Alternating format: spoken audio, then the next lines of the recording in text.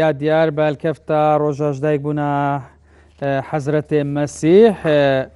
لباجر هولیر چند رو رسمک برای ودچن و هر وال بغدادی به همان آوا چند رو رسمک برای ودچن لباجرو که عنکاوی سربه باجر دو که بله باجر هولیر بله باوی که زندی ده بچینه جم نوچگانی میاس عبدالله لهولیر ایاس افدمیت باش ایاس اگر زانیاری زیاده تر بدهیم. بله شو عندما تباج بتن ديار افرو روجاج دايقبونا حضرت مسيحة ولا باجر عن كواكوت سرب پارزگاه هولی رویا افرو یادا روجاج دایبونا حضرت مسیح دهکرن چندی مسیحی قصد دیرا و کنیسات دکن کودا و روجاج اکودو پیروز بکن و او روجه هر وصل لحضرت عیسی جی پیروز بکن کو او روجه داج دایبوا مزید امواجه بیه که بکم شوان ل 25 مه تا یکی مه کو بیاد سال 2016 بردوام رو رسمت آینی لجم مسیحا دپروچن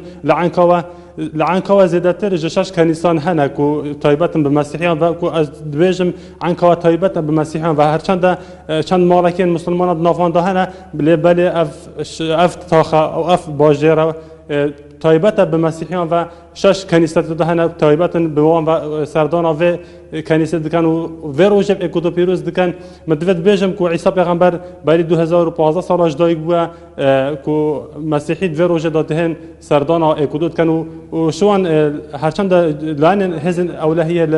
باجر هولر تايبت لعنكوا جاده چند جاده هگرتين داكو امنيت و بپارزن داكو مسيحي بكارن آزادانه بچنه کنیسه خوا و روجل اکودو پیروز بکن و روجل سر جمع مسیحیان